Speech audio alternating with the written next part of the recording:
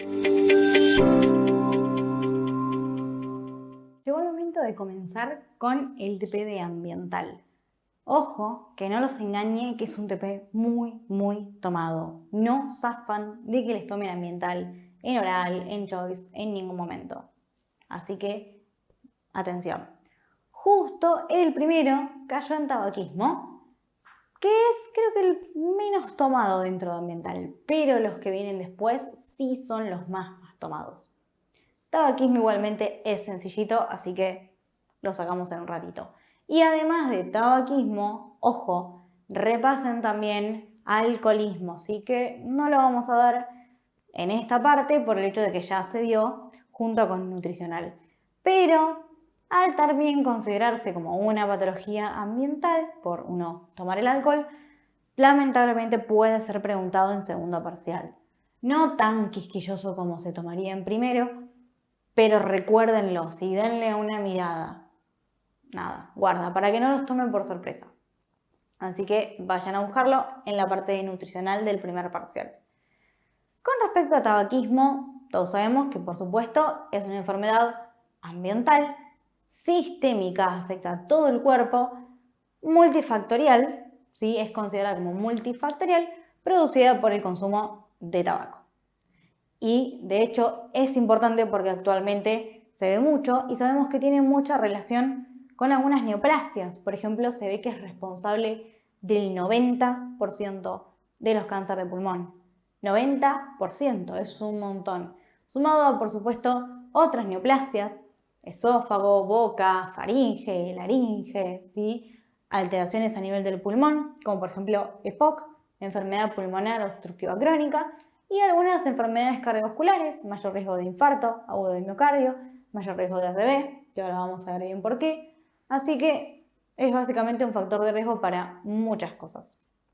Neumopatías crónicas, de todo.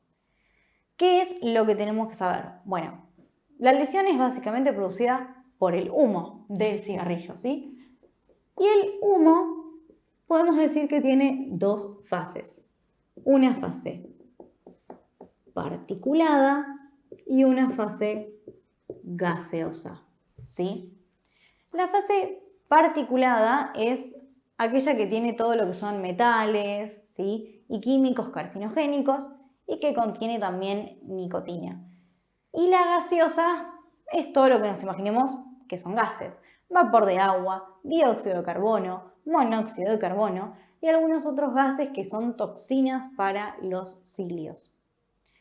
El componente igualmente que más nos importa, como saben y lo han escuchado, es la nicotina, ¿sí? ¿Por qué nos importa la nicotina? Porque pasa la barrera hematoencefálica, ¿sí? Entonces, ¿qué es lo que va a generar? Va a actuar sobre los receptores nicotínicos, de ahí el nombre nicotina, ¿sí? Y es, por un lado, la causante de la adicción. A diferencia de los otros componentes, esta no es carcinogénica, pero sí genera adicción, ¿sí? Es lo que nos hace querer consumir más y más tabaco. Y genera síntomas como aumento de la presión arterial, taquicardia, ¿sí? Y moviliza, ¿sí? Aumenta todo lo que es la movilización de ácidos grasos en el cuerpo. Y esto es justamente lo que es un factor de riesgo cardiovascular, que lleva infarto de miocardio, lleva ACV. De hecho, cuando ustedes tengan que calcular después, esto se ve mejor en medicina familiar, tengan que calcular después lo que son los factores de riesgo cardiovascular, van a ver que tabaco es uno de ellos junto con diabetes y uno hace unas escalas calculando en base a eso. ¿Sí? Es un importante factor de riesgo cardiovascular. Y también, aparte de, antes de meternos en lo que es el pulmón, recuerden que no solo pasa barrera hematoencefálica, sino que también puede pasar placenta, ¿sí? Los componentes del humo pasan placenta. Entonces puede alterar a nivel fetal, ¿sí? Por eso es que se le pide a una mujer embarazada que por favor no fume, ¿sí? Nunca se va a recomendar que fume una mujer embarazada. ¿Qué puede pasar a nivel fetal? Puede tener disminución de peso, ¿sí? Bajo peso al nacer, nacer prematuro o en el peor de los casos puede también haber un aborto espontáneo.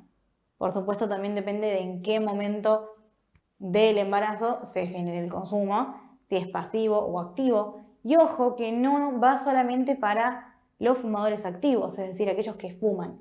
¿Sí? Es una importante causa de muerte, pero también se vio que genera muerte en aquellos fumadores pasivos. Por supuesto que de 8 millones, 7 van a ser fumadores activos, pero hay otro millón que es para fumadores pasivos, personas que jamás han consumido cigarrillo, pero por contaminación atmosférica del humo del cigarrillo también pueden sufrir todas estas complicaciones. Bueno, y lo que nos importa es, ya charlamos a nivel fetal, es a nivel pulmonar, ¿sí? Las neumopatías. A nivel pulmonar, estas neumopatías, sacando todo lo que es obviamente neoplasia, eso ya lo charlamos, que genera neoplasia de todo, específicamente de cáncer de pulmón. A nivel pulmonar podemos dividirlo en neumopatías agudas, que básicamente es por una afectación más que nada a nivel de lo que son los cilios, favorece infecciones como sinusitis, neumonías, ¿sí? No mucho, rinosinusitis, esa clase de infecciones más que nada. Pero en la crónica ya nos adentramos en lo que es. Vamos a poner crónica. En la crónica ya hablamos podemos dividirlo en dos componentes. Lo que es una bronquitis crónica,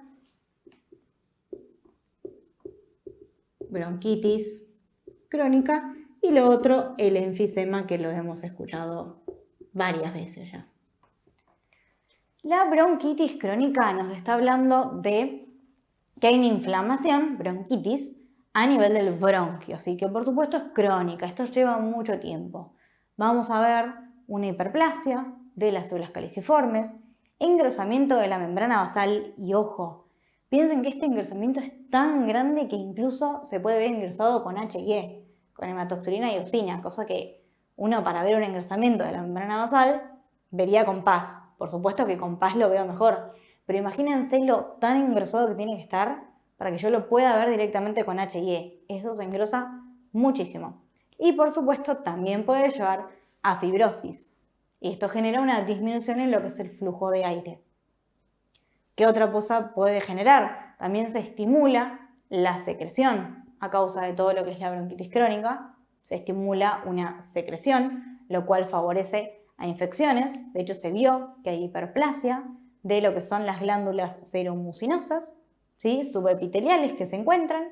Hay mucha más cantidad de estas glándulas y están más tortuosas. Entonces hay más secreción y esto favorece a infecciones, ¿sí? Más moco, más secreción, más infecciones. Y también dijimos que teníamos el enfisema. Que el enfisema, si se acuerdan, era, uno tiene que tener, ¿sí? Los alvéolos separados por septos. Bueno, hay una ruptura de los septos, ¿sí? Y agrandamiento de lo que es la luz, por consiguiente. Y también incluso pueden ver, por si les preguntan qué son, fragmentos flotantes, que básicamente es, por ejemplo, no se va a ver por el tamaño, pero yo tengo mis septos, ¿sí? Mis alvéolos, se rompieron mis septos, pero me quedó uno ahí, ¿sí? Esto es un fragmento flotante, como un pedacito de septo que quedó ahí flotando, ¿sí? Por eso flotante. Puede haber también antracosis, por supuesto, ¿sí? Carbón, depósito de carbón es antracosis, un pigmento exógeno que también puede venir con todo lo que es el humo. Y también ya sabemos de aquellos lares, se recuerdan de primer TP, que hay metaplasia escamosa, es decir, este tejido normalmente es cilíndrico simple, ciliado. Bueno, eso se pierde y se pasa a un epitelio escamoso, una metaplasia escamosa. ¿Sí? La metaplasia escamosa, con el tiempo se puede generar una displasia y con el tiempo se puede generar una neoplasia, un carcinoma escamoso, o también conocido como epidermoide, o también conocido como espinocelular, que es básicamente, de hecho, una neoplasia de pulmón muy frecuente relacionada con el tabaco. Bien, y con eso creo que es todo. Tabaco no hay mucho para decir. Quizás también otra cosa que puedan leer es el tema de cesación tabáquica, es algo más que nada que se desarrolla en medicina familiar, son una serie de etapas que ya exceden lo que es esta materia. Sí, por supuesto, sepan para la vida que es importante que los pacientes intenten dejar de fumar lo antes posible, siempre hay mejorías al dejar de fumar, así que siempre tienen que intentar recomendarlo. Con solo unos minutitos, no estén una hora carcomiéndole la cabeza a la gente para que deje de fumar, solo unos minutitos para instaurar la idea y ya. Bien, si bien es lo menos tomado de ambiental, puede ser preguntado, lo van a seguir viendo en otras materias y es útil también para la vida porque van a tener muchos pacientes fumadores.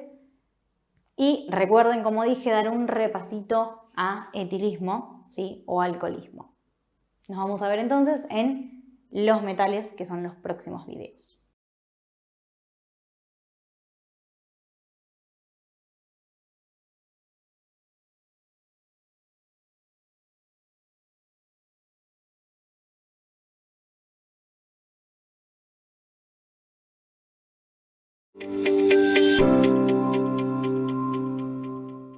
Uno de los temas más evaluados dentro de ambientales es arsénico. Es muy importante. Siempre lo toman, así que no van a zafar de él. Sobre todo la parte de intoxicación crónica con arsénico, que es acre, pero todo arsénico es importante. Así que vamos a verlo bien y anoten todo, que todo es importante. ¿Qué es lo primero que hay que saber del arsénico? Bueno, primero que nada, ¿de dónde lo saco? ¿Cuáles son mis fuentes? ¿De dónde lo puedo sacar? Bueno, por un lado, de lo que son las napas de agua, por ejemplo, y esto es algo que se ve actualmente, ¿sí? Es frecuente, se descubrió hace poco por la zona de Pilar, por el centro de la provincia de Buenos Aires también hay regiones, y esto es algo que sucede, no es algo que esté en países del norte, no, esto es algo que incluso pasa en Buenos Aires, con lo cual pueden encontrar pacientes así, ¿sí? Pueden encontrar estas situaciones. También puede ser industriales, como por ejemplo insecticidas o industrias de comunicación. Si estamos hablando también de agua, ¿sí? De que está contaminada el agua, puede estar contaminado también alimentos, ¿sí? Como por ejemplo peces o algunos mariscos. ¿Sí? Entonces yo me como el marisco, ¿sí? Me como el pez, el marisco con el arsénico dentro. Y en menor medida también puede ser al aire en forma de vapor, también por más que nada cuestiones laborales. ¿Cuáles son las vías de ingreso? Bueno, si es por aire, por supuesto que inhalación, ingestión, si estamos hablando de alimentos, estas son las principales.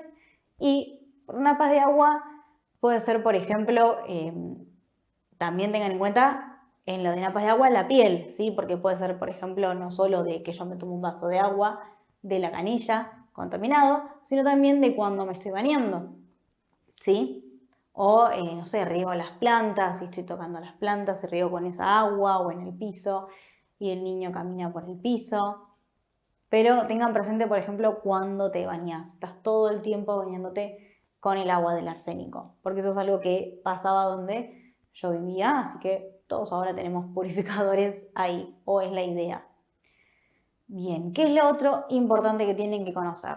La patogenia. Bueno, ya sé cómo lo adquiero. Ahora, ¿qué es lo que me produce? Bueno, primero ingresa por cualquiera de estas formas que dijimos, ingestión, inhalación, piel. Ingresa. Ahí cuando ingresa se va a unir hasta a nuestra hemoglobina. Y de ahí va a ir a parar a cualquier lugar del cuerpo. Cualquier lado, ¿sí? Pulmón, hígado, riñones, cualquier órgano. Pero se vio que tiene una predilección, sí, que le gustan, los tejidos ricos en queratina. Como por ejemplo piel, pelo, uñas, ¿sí? Y ahí es donde se va a depositar. Se une a los grupos sulfidrilos de ahí y se deposita.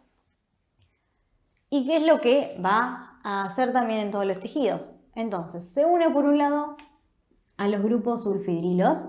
Sulfidrilo yo lo abrevio como SH, ¿sí? Así que cuando ven SH en la filmina, en la diapositiva, estamos hablando de esto, de los grupos sulfidrilos. Con lo cual, que va a generar, por supuesto, una lesión, ¿sí? También en enzimas, encargadas de todo lo que es la reparación de ADN y todo lo que conlleva esta unión. Y súper, súper importante también, la similitud con el fósforo, ¿sí? Además de esto, lo que tiene también es una similitud con el fósforo. ¿Y qué es lo que genera que tenga una similitud con el fósforo?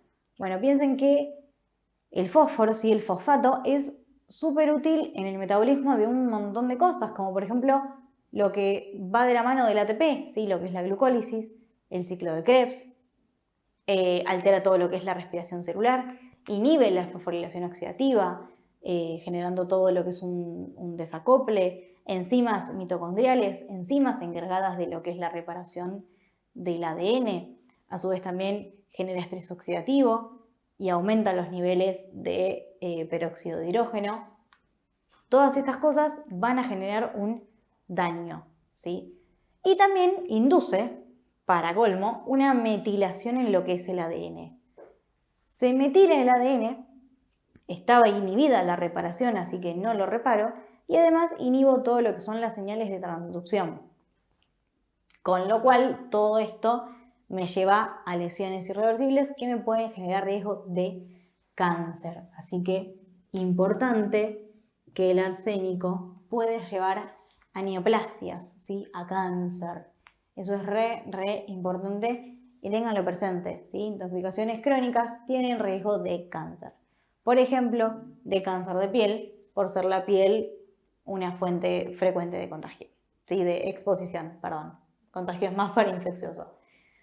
Bueno, lo otro que tienen que saber es la clínica, ¿sí? La parte más divertida. La parte de la clínica, tanto para la intoxicación aguda como para la intoxicación crónica. La intoxicación aguda van a ver que hay un montón de clínica.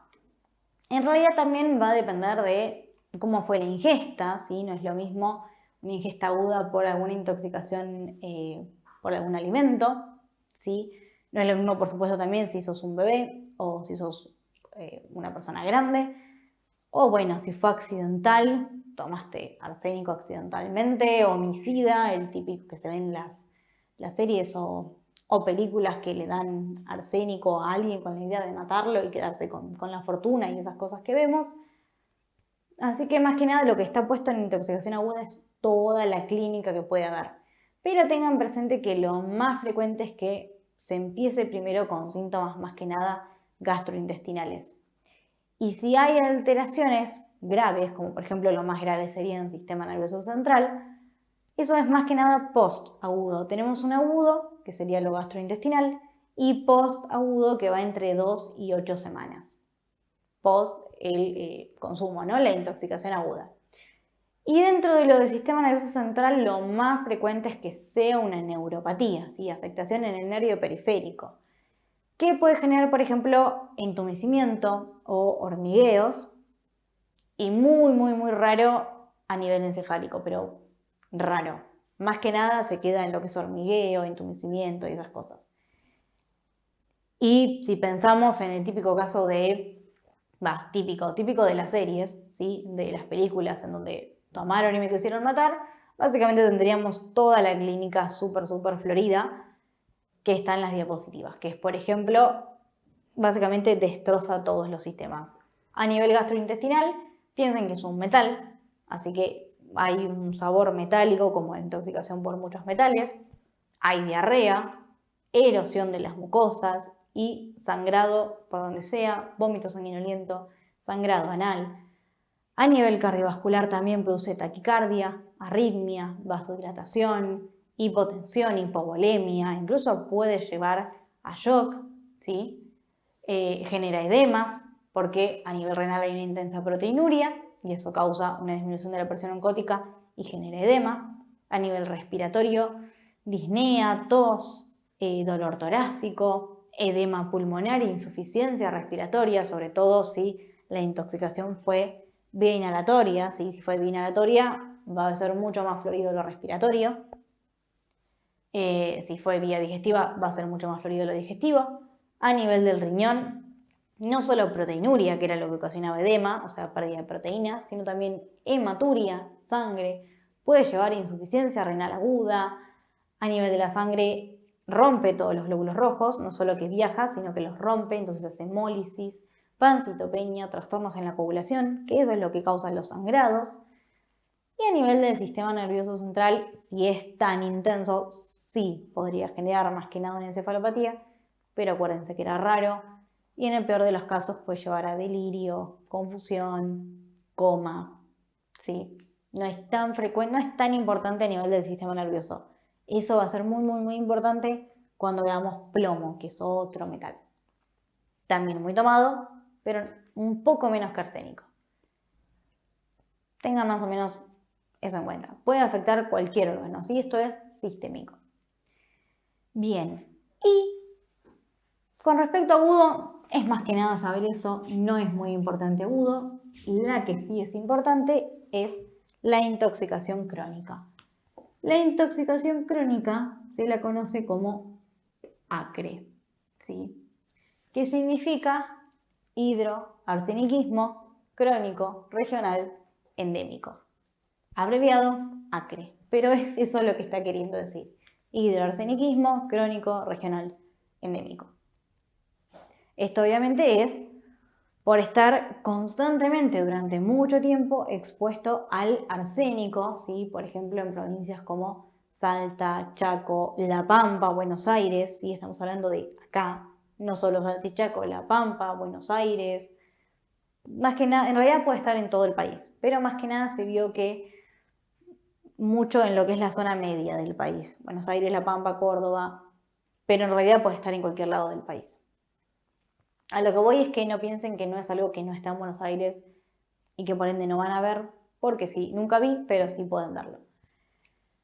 ¿Qué es lo más frecuente en esos lugares, en lo que es lo crónico? Que haya una intoxicación de lo que son las napas de agua, entonces, que va a favorecer más que nada todo lo que es cutáneo, ¿sí? Las lesiones cutáneas son muy, muy importantes y por supuesto que muy tomadas. Esto que les dije, por ejemplo, de cuando te bañás, ¿sí? Que estás tomando contacto con el agua de la ducha durante mucho tiempo, puede llevarte a estas lesiones cutáneas. Entonces, el acre lo tenemos que dividir para hablar en lesiones cutáneas y lesiones extracutáneas. Dentro de las lesiones cutáneas se establecieron 4 periodos, ¿sí? Diferentes estadios o periodos que, si bien tienden a seguir ese orden, ojo, pueden estar superpuestos, pero más o menos tienden a seguir ese orden. ¿Cuál es el primero? Primero tenemos un periodo, ¿sí? O una fase, un periodo en realidad, hiperhidrótico. Hiper de mucho, hidro de agua, ¿sí? Entonces, ¿qué es lo que va a pasar? Es una persona que tiene mucho sudor, mucha agua. ¿En dónde va a afectar? En las palmas de las manos y en las plantas de los pies. Suda mucho, mucho, mucho ahí, en la palma. Y además esto también se asocia con prurito, rubicundez, ¿sí? Está todo rojito, y disestesia, que es como una sensación táctil anormal y fea. Eso, más que nada acuérdense lo de sudor, hiperhidrótico, se caracteriza por mucho sudor, si esto va en los primeros meses, el primer medio año, primeros 6 meses. Puede ser que esto se pase por alto, ¿sí? Porque es sudor, entonces el paciente cree que es normal o le resta importancia y puede ser que pase por alto y que recién consulten en la segunda, ¿sí? Es lo más probable, que es la hiper, también mucho, queratóxica, ¿sí? La fase hiperqueratóxica, hay un aumento en lo que es la producción de queratina, también en palmas y en plantas, pero ojo que acá también ya puede empezar a comprometer el dorso de los pies, ¿sí? De las manos y de los pies, ¿sí? Palmas, plantas y también los dorsos. Puede ser tanto difuso como local, suele ser simétrico, o sea, en ambas manos por igual, y está todo más o menos como se ve en la foto de la diapositiva, ven que tiene ¿sí? La piel gruesa, si hay una hiperkeratosis, la piel está más gruesa y genera como grietas. Eso es lo que tiene el paciente. Entonces ya esto se lo ve y dice, bueno, no, algo está pasando y ahí sí viene a la consulta. Se ve como bien gordo y grietas. Luego, con el tiempo, puede llegar lo que es un periodo melanodérmico, ¿sí? Melano de melanina, entonces, ¿qué es lo que va a ocurrir? Va a haber lesiones pigmentadas, ¿sí? Va a haber zonas con pigmentación, zonas con despigmentación, que va a ser bilateral y simétrico, todo por una alteración en lo que es la síntesis de melanina. Entonces genera unas lesiones pigmentadas, marroncitas, amarronadas, que se llaman en gotas de lluvia. ¿Sí? Como que parece como que cuando te cae la lluvia, todas las manchitas, como cuando te mojas. Eso va a estar ya, no solo se va a quedar en lo que son las manos y los pies, sino que va a comprometer todo el cuerpo. Troncos, ¿sí? Miembros, puede comprometer ya todo el cuerpo. Lo que sí respeta es la cara no lo compromete, y las mucosas. A nivel de lo que es la boca, eso, nada. La cara no, pero todo lo demás sí puede tener estas lesiones. Por ejemplo, el pecho, la espalda, en todos esos lugares sí se ven las lesiones. Y también puede verse una hiperpigmentación a nivel areolar, ¿sí? De la areola mamaria. Todo por alteración en la síntesis de melanina. Y la 4 ya es a lo que no queremos llegar, que es el periodo de complicaciones. El periodo de complicaciones lo que tiene es mucho riesgo, como habíamos dicho, de generar neoplasias. Así que las complicaciones que podemos tener son las neoplasias. Esto puede llevar a una metaplasia, por ejemplo, metaplasia escamosa, después a una displasia y después a una neoplasia. La neoplasia más frecuente, estamos en cutáneo, así que por supuesto que las neoplasias van a ser de piel. La más frecuente es el carcinoma escamoso o carcinoma epidermoide o espinocelular. Sí, los tres es el mismo nombre, es el mismo tumor con distinto nombre. Escamoso. Después otros frecuentes que puede haber son, por ejemplo, el vasocelular, que también es otro tumor de piel, no se metan mucho, para todos, y el melanoma de los melanocitos, ¿sí? Ese quizás sí lo han escuchado porque es más escuchado, es más frecuente. Esas son las tres neoplasias cutáneas más frecuentes que se generan por acre. Epidermoide, yendo a la cabeza, vasocelular y melanoma le siguen, ¿sí? Esas son las complicaciones. Y lo que ven en el dibujito, que es una foto a nivel microscópico, son las famosas perlas córneas, ¿sí? Que son unas estructuras, vamos a hacerlo así, unas estructuras amorfas, ¿sí? Acelulares, eosinófilas, ¿sí? Masa amorfa, eosinófila, acelular, que forma como toda una estructura remolinada. Si lo ven es como medio así, medio remolinado, todo rodeado por células, por queratinocitos, ¿sí? Bueno, es un intento. Eso es más o menos lo que quise expresar en la diapositiva.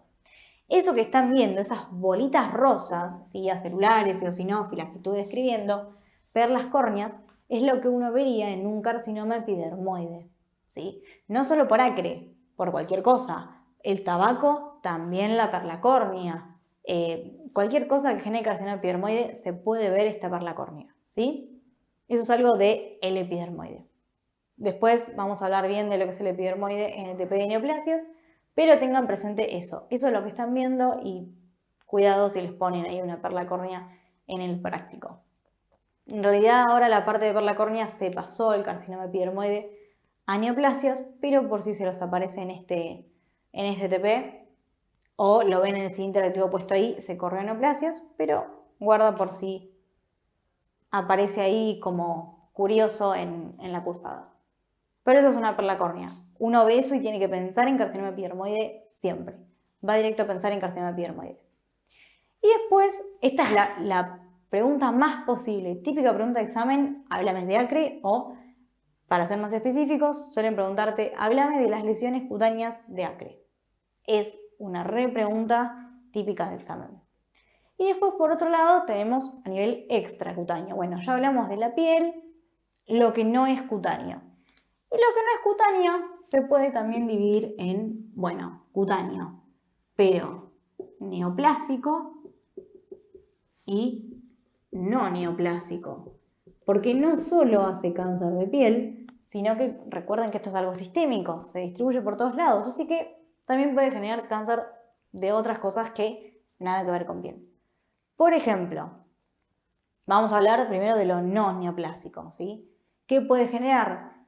A nivel gastrointestinal, cosas más que nada inespecíficas, dolor, diarrea, en sangre puede generar anemia, ferropenia, pancitopenia, ¿sí? Todo esto, de hecho, o sea, puede comenzar a la par de lo cutáneo, ¿sí? Al cabo de unos meses, semanas o meses después de comenzar la intoxicación, ya puede comenzar. A nivel del hígado, genera aumento de lo que son las transaminasas, hipertensión portal, puede llevar a cirrosis, puede ser una causa de cirrosis, ¿sí? Puede generar hepatomegalia, en el vaso también puede generar esplenomegalia. A nivel endocrino puede generar diabetes. ¿Por qué? Esto es raro, pero ¿por qué? Porque altera, daña todo lo que es la oxidación, o sea, daña por todo lo que es un estrés oxidativo, recuerden que genera estrés oxidativo, entonces con esto daña la célula beta del páncreas.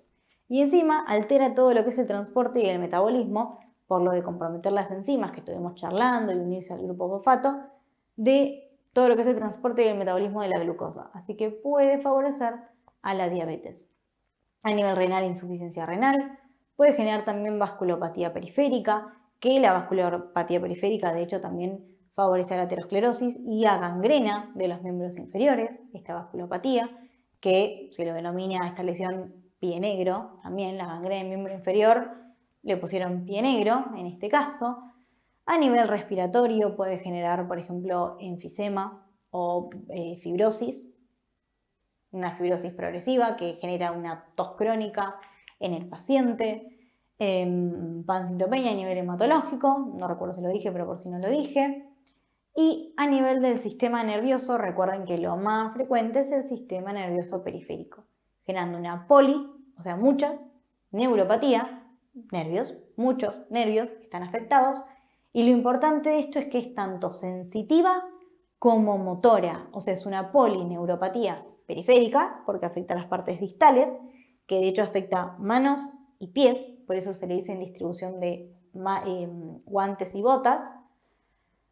Es simétrica, y acuérdense esto de que es sensitiva y motora. ¿Por qué? Porque los va a ayudar a diferenciarla de plomo, que es motora.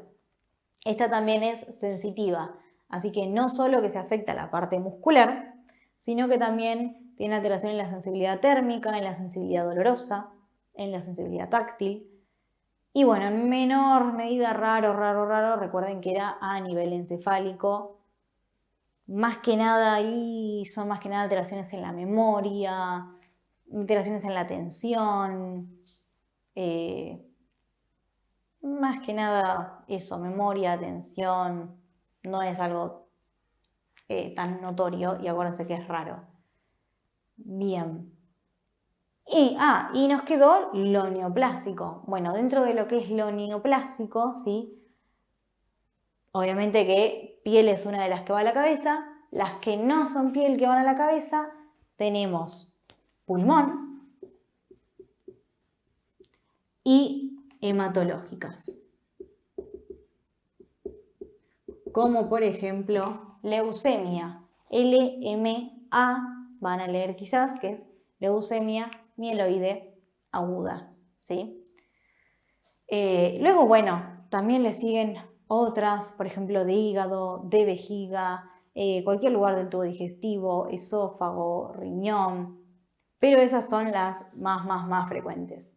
Pulmón, hematológicas y piel, esas son las que no se pueden olvidar. Hígado, vaso, cualquiera. Bien, creo que eso es todo de arsénico, así que espero que les haya gustado, que les haya servido, que les haya sido ameno y recuerden que es retomado y sobre todo denle importancia a esto, por nada del mundo cuelguen esto, ¿sí? Acre es lo más importante de todo.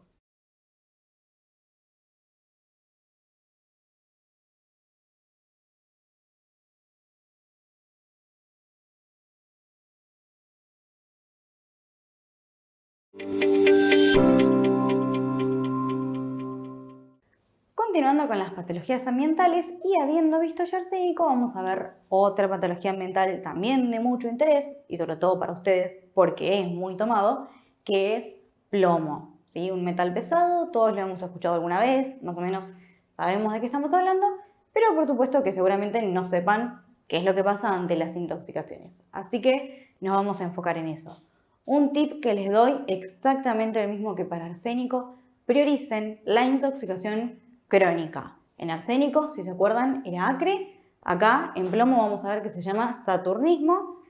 El nombre no le den mucha importancia, es solo por el hecho de que antes al plomo se lo llamaba Saturno hasta que se decidió ponerle el nombre plomo. Dato, pero bien, es saturnismo. Cuando les dicen háblame de saturnismo en el examen, y es muy probable que lo hagan porque es una típica pregunta de examen, quieren que les hables de intoxicación crónica por plomo. Últimamente yo personalmente noto que es más tomado acre que saturnismo, pero a cada uno le gusta, a cada ayudante le gusta algunos acre, otros saturnismo o lo que toca, ¿sí? Así que puede tocar cualquiera. No vayan a rendir por nada del mundo con acre y saturnismo colgado, por favor. Muchos tienden a menospreciar, por así decir, ambiental, y la realidad es que es retomado. Así que mucha importancia a este video. Y ojo, que haya dicho que saturnismo es lo más tomado, no le resta importancia a todo lo demás, a toxicocinética, a patogenia, a intoxicación aguda, ¿sí? Prioricen saturnismo, pero también estudien lo otro. Bien, comencemos entonces. Espero que este video no sea un plomo y que les guste al final de todo. Lo primero que vamos a ver es, bien, ya sé que es un metal, pero ¿cómo lo adquiero? ¿Sí? ¿Cuál es mi fuente? Seguramente vieron que las fuentes se dividen en ocupacionales y no ocupacionales. Básicamente haciendo referencia a si es en el ámbito laboral o no, ¿sí? En cualquier lado, en la vida cotidiana. Dentro de los ocupacionales son más que nada personas que trabajan con materiales que pueden estar expuestos por tener plomo. Por ejemplo, combustibles, como por ejemplo todo lo que es la industria del vidrio, las pinturas. Actualmente no tienen pintura, actualmente no tienen plomo las pinturas, pero antes sí se usaba plomo para las pinturas, con lo cual algún cuadro, alguna pintura vieja, sí tiene plomo, posiblemente. Y la plomería, ¿sí? Seguramente todos han escuchado de mamá, papá, tío, algún pariente, de que anteriormente las cañerías tenían plomo, ¿sí? No hay ninguna ley en realidad que prohíba hoy en día las cañerías con plomo. Obviamente que no es la idea, se recontra desaconseja por las intoxicaciones, pero tengo entendido que no hay ninguna ley, con lo cual puede ser que aún continúe habiendo. Y por supuesto, todas las personas que trabajen con la plomería, sí, ocupacional, también pueden tener alguna intoxicación con plomo. Y dentro de los no ocupacionales, por ejemplo nosotros, también por la cañería, ¿sí? Cuando nos bañamos y tomamos agua del grifo o lo que sea, ¿sí? Por contacto con el agua. Y bueno, también seguramente todos, me imagino que todos han leído de pequeños o han escuchado la historia del soldadito de plomo. Bueno, estos existían, eran juguetitos, soldaditos que eran lindos, porque eran lindos estéticamente, se quedaban duritos, paraditos, ¿sí? Nada, los niños jugaban con los soldaditos de plomo, que por supuesto tenían plomo, entonces por supuesto también podía haber una intoxicación. Ese juego claramente ya, ese juguetito dejó de fabricarse, ahora son soldaditos de plástico que se caen, son feitos, pero bueno, no están hechos de plomo. Para que se acuerden, el soldadito de plomo. Todos hemos leído ese librito. Y también dentro de las fuentes podemos agregar placentaria, ¿sí? O sea, ojo, que plomo pasa a placenta. Así que ojo, mujer embarazada con una intoxicación por plomo, ¿sí? E incluso ya en bajas concentraciones el plomo es malo, es tóxico, ¿sí? No puede haber nada de plomo. Así que ojo, personas que quizás no se dan cuenta y tienen una intoxicación crónica por plomo, lo crónico siempre es más frecuente en todo lo ambiental que lo agudo, ¿sí? Aclaro por las dudas. Ojo, si está embarazada, porque pasa a placenta. Bien. Más o menos ya conocemos las fuentes, ¿sí? Ahora, ¿cómo pueden ingresar en mí? Lo principal y lo que se tienen que acordar, ¿sí? Con esto empezamos lo que es cinética, ¿sí? Toxicocinética, o sea, la absorción. Si se acuerdan de, no sé si ya vieron fármacos, si no, se usa ATME, de memotécnica para todo lo que es toxicocinética, que es absorción, distribución, metabolización, que no nos importa en pato, y excreción. Nos importa hasta acá. Bien, ¿qué es lo que tenemos que saber de absorción? Entonces, esto que dije de cómo lo absorbo. Las que se tienen que acordar sí o sí son inhalatoria y oral. No se olviden la oral. También puede ser percutáneo, tras alguna lesión, ¿sí? En alguna herida que haya tenido contacto, pero la percutánea no es muy importante. Pueden nombrarla, ¿sí? Pero prioricen siempre inhalatorio y oral. No se olviden esas. No sirve que digan percutáneo y se olviden la oral, ¿sí? No se olviden esas. Así que entra por dieta, ¿sí? Contaminada, con plomo, por supuesto. También algunas fuentes con cerámica que contengan plomo. Puede llegar a ser una fuente, o por aire, ¿sí? Inhalación de vapores contaminados. Ingresa. Ojo, ahora vamos a ver en un ratito por qué, pero ojo, que también a nivel gastrointestinal, los adultos y los niños tienen una diferencia, y esto es importante porque lo pueden preguntar. Los adultos, obviamente no todo lo que ingresa es absorbido, por suerte, pero a nivel de los adultos se vio que de todo lo que ingresa, el 15% o menos del 15% es absorbido a nivel oral. Mientras que en los niños es más del 50%. O sea, estamos hablando de menos del 15% en adultos, más del 50% en niños. O sea que ojo con los niños, ¿sí? Bien. Ingresa. Ahora pasamos a D de distribución. Ingresa. ¿Y a dónde va? A sangre. Ahí más o menos suele quedarse a veces alrededor de 35 días dando vuelta. Está bastante dando vuelta. Y una vez que llega a sangre, se dice que tiene un modelo tricompartimental. Se le dice así, modelo tricompartimental. Un compartimento donde va es la sangre, que por ahí va a estar dando vuelta. Otro a donde va, e importante que se tienen que acordar, es el hueso, ¿sí? ¿Y por qué en el hueso? Porque, ¿se acuerdan que habíamos dicho? Ahora va a cerrar un poco más cuando hablemos un poco de patogenia, pero para que tengan una idea. ¿Se acuerdan que habíamos dicho que arsénico se parecía, tenía similitud con el fósforo, con el fosfato? Bueno, este también tiene similitud con algo, ¿sí? Pero no con los fósforos. ¿Con qué? Con el calcio. Tiene similitud con el calcio. ¿Quién es rico en calcio? El hueso. Va a ir ahí, a donde es rico en calcio. Va a ir al hueso. Y se va a quedar ahí como un reservorio, ¿sí? Y cachen esto, se puede quedar hasta 20 o 30 años en el hueso como reservorio.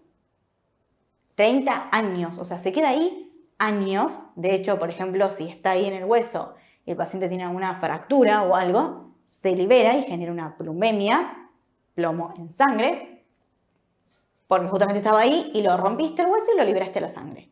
Y de hecho, la mayoría del plomo va a estar acá. Supongamos que es un adulto, ¿no? Que somos cualquiera de nosotros, de lo que me entra, entonces habíamos dicho, vía oral, por ejemplo, absorbo el menos del 15%. Pongámosle 15, absorbo el 15%. Bien, de ese 15, no de todo el plomo que había, de ese 15 que yo absorbí, en el hueso va a haber la mayoría, 80 a 85% de ese plomo. ¿Sí? Casi todo. Y lo otro va en los otros dos compartimentos. ¿Sí? Casi todo va al hueso. Pero ojo, el 80-85% de ese 15 que absorbí, ¿sí? En caso del niño, no sé, del 50, 53, lo que se haya absorbido. Bien. Y la otra parte es todo lo que es tejido blando. que ahí se queda unos más o menos 40 días, ¿sí? Más o menos rondando por ahí. Y después de ahí va a ir a excretarse. La metabolización no nos importa en pato, vamos a decir que se va a excretar. ¿Por dónde? Obviamente que principalmente por orina, ¿sí? Por orina, igualmente se va a ir a excretar también por todos los lugares, por bilis, por sudor, también se puede quedar en uñas y pelo, leche materna, ¿sí? Si bien, por supuesto que lo que más se excreta es por orina, tengan en cuenta leche materna, ¿sí? No dar, no se recomienda, por supuesto, amamantar, si sabemos que tiene una intoxicación por plomo, si tiene altos niveles de plomo, ¿sí? Pasa todo, se excreta por todos lados. Bien. Dentro de lo que es tejido blando, también es posible que genere afectaciones a nivel neurológico, después vamos a hablar más que nada de todo eso, pero puede ir básicamente a cualquier órgano, cualquiera. Bueno, habiendo hablado ya de esto, vamos a hablar entonces un poco de la patogenia. Estábamos diciendo, básicamente es cómo genera el daño. Una cosa que ya estábamos diciendo es esto de que tiene similitud con el calcio.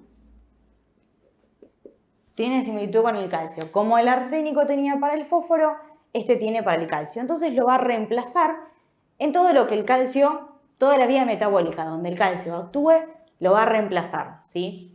Así que va a afectar vías metabólicas. ¿Y dónde más? ¿Se acuerdan que es importante el calcio? En NT yo abrevio neurotransmisión. En la neurotransmisión, ¿sí? Era importante para hacer la exocitosis de los neurotransmisores. Por eso es que tiene sentido que genere alteraciones neurológicas más frecuente que arsénico, ¿sí? Muy tomado e importante las partes neurológicas. Altera la neurotransmisión. Y por supuesto lo que charlamos del hueso, porque también reemplaza a los cristales de hidroxiapatita y de esta forma va a interferir en todo lo que es el remodelado, ¿sí?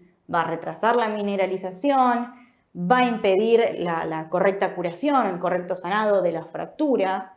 Y esto de retrasar la mineralización, porque sí, yo estoy poniendo cosas en el hueso, pero yo necesito calcio y esto no es calcio, es un impostor, ¿sí? No es calcio.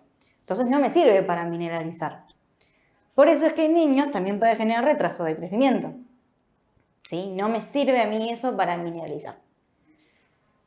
Y también otra cosa que hace es, más allá de lo que es su similitud con el calcio, también es unirse a, acuérdense que SH era grupos sulfidrilos, similar a lo que hacía el arsénico. Se une al hidrógeno de los grupos sulfidrilos de diferentes proteínas, que acuérdense que son importantes estos grupos para lo que es la integridad de proteínas y de ciertas enzimas, proteínas que se ocupan como enzimas, ¿sí? O proteínas estructurales.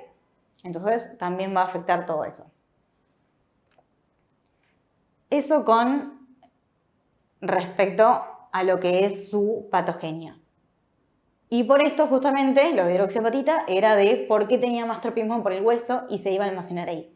También van a leer que tiene, más allá de que dijimos que iba a todo órgano, tiene también tropismo por órganos que suelen tener bastante mitosis, como por ejemplo a nivel de lo que es el riñón, la médula ósea y a nivel gastrointestinal. Por eso es que muchas veces también la clínica más evidente es a nivel hematológico, gastrointestinal, muy importante gastrointestinal, y riñón.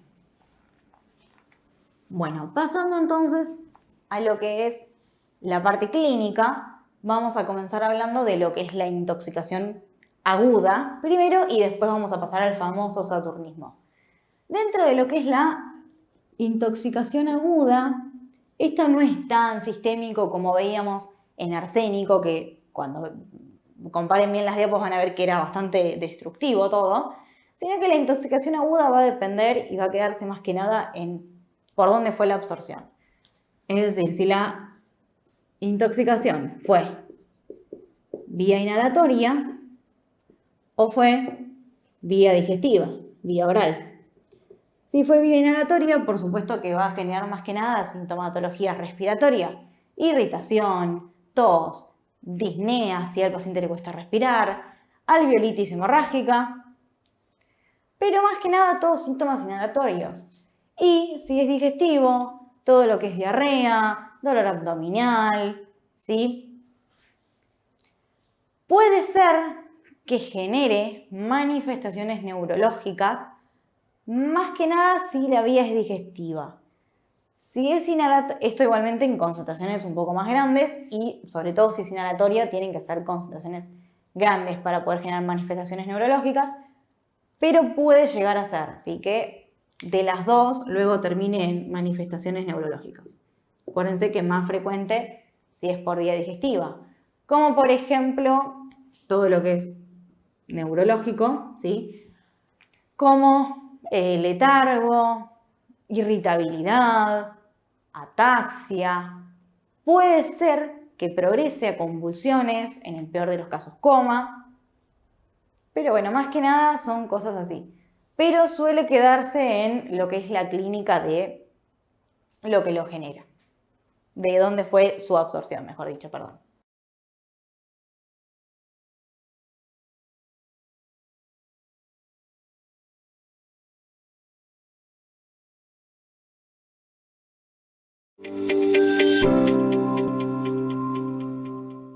Ahora sí, con el pizarrón borrado, vamos a ver aparte saturnismo. Había quedado un poco largo el video anterior, así que comencemos en este. Ahora sí, la intoxicación crónica por plomo. ¿Qué es lo que tienen que saber? La clínica que esto va a generar, ¿sí? La intoxicación crónica, por supuesto, es exposición reiterada a larga data, ¿sí? Por mucho tiempo en contacto con el plomo. Y dentro de la clínica, los órganos que, si bien vamos a ver todos, hay dos que no se pueden comer al momento del oral, que son sistema nervioso. A diferencia de arsénico, en plomo del sistema nervioso sí es súper importante, y a nivel de el tubo digestivo. Aunque no me parezca, el tubo digestivo también es re importante. Sistema nervioso y tubo digestivo. Vamos a ver más, pero tienen que decir sí o sí esos. Si ustedes dicen todos los demás y se comieron esos, es lo mismo que no estar diciendo casi nada. No, se los pueden comer en el oral. Bien, ahora yo puse, pensando en el sistema nervioso, puse sistema nervioso. Así que acá vamos a tener que hacer una división entre sistema nervioso central y periférico. Dentro del sistema nervioso central, lo que van a leer es encefalopatía saturnina por ser saturnismo. Acá todo le agregan el nombre saturnino o saturnina al final. Encefalopatía saturnina, ¿sí? Recuerden que lo que hace es afectar la neurotransmisión. Y encima también es tóxico para lo que son las células de la glía. Por eso es que genera toda esta afectación. Vamos a tener cosas parecidas a lo que había mencionado en agudo, letargo, ataxia. Puede haber deterioro del sensorio, pero ojo, importante, puede haber secuelas, como por ejemplo retraso mental y psicosis, que se la llama psicosis saturnina, ¿sí? Puede haber una disfunción neuropsicológica, por ejemplo, alteración en la atención, en la memoria, algún cambio de conducta. Quizás ellos no se dan tanto cuenta, pero sí la pareja te dice que hay un cambio de conducta, que como que se vuelven más cascarrabias, más gruñón, cosas así. Y algo a tener en cuenta también, ojo, porque es más que nada cuando es infantil la alteración encefálica. Lo más frecuente en plomo es que afecte a nivel del sistema nervioso periférico. La encefálica es más frecuente en niños, pero ojo, que no esperen verlo en un niño, porque tengan en cuenta que esto es una exposición a larga data. Entonces, lo más probable es que aparezca una persona, un hombre, que desde niño fue expuesto al plomo. O sea, esto viene de la niñez, pero él ahora ya es un adulto. Es un adulto expuesto desde la niñez. Y el sistema nervioso periférico, lo que van a ver es que genera una desmielinización de los nervios y, ojo con esto, motores. Genera una desmielinización de los nervios motores. ¿Y por qué lo recalco? Porque cuando habíamos visto la neuropatía periférica que se generaba en Acre, que también tenía una neuropatía, dijimos que era sensitivo motora. ¿Se acuerdan lo de forma de botas y guantes? Que acá también puede afectar en forma de botas y guantes, porque eso es que sea manos y pies, básicamente. Pero era sensitivo motora, también tenía alteración de la temperatura, del dolor. Acá no, ¿sí? Acá es solo motora. El sensitivo está bien, es solo a nivel motor. Genera desmineralización de los nervios motores. Y se vio que sobre todo de los nervios motores extensores. Entonces, por supuesto, de lo que es mano y pie, por eso botas y guantecitos. Entonces eso es lo que me va a generar una alteración en la extensión y me va a dar lo que conocemos como mano en péndulo, ¿sí? Yo no puedo mantener la extensión y me da la famosa mano en péndulo. Bueno, a ver, ¿qué más? Bien, eso dentro de lo que es sistema nervioso. Después tenemos a nivel de lo que es el tubo digestivo. El tubo digestivo también vamos a dividirlo en dos, porque hay que saber dos cositas importantes.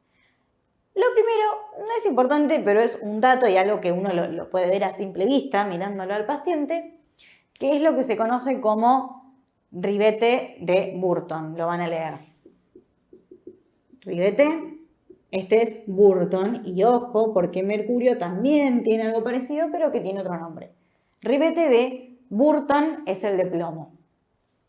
Básicamente es que, acuérdense que el plomo se unía a los grupos sulfurilos. Entonces, nosotros en la boca tenemos bacterias, ¿sí?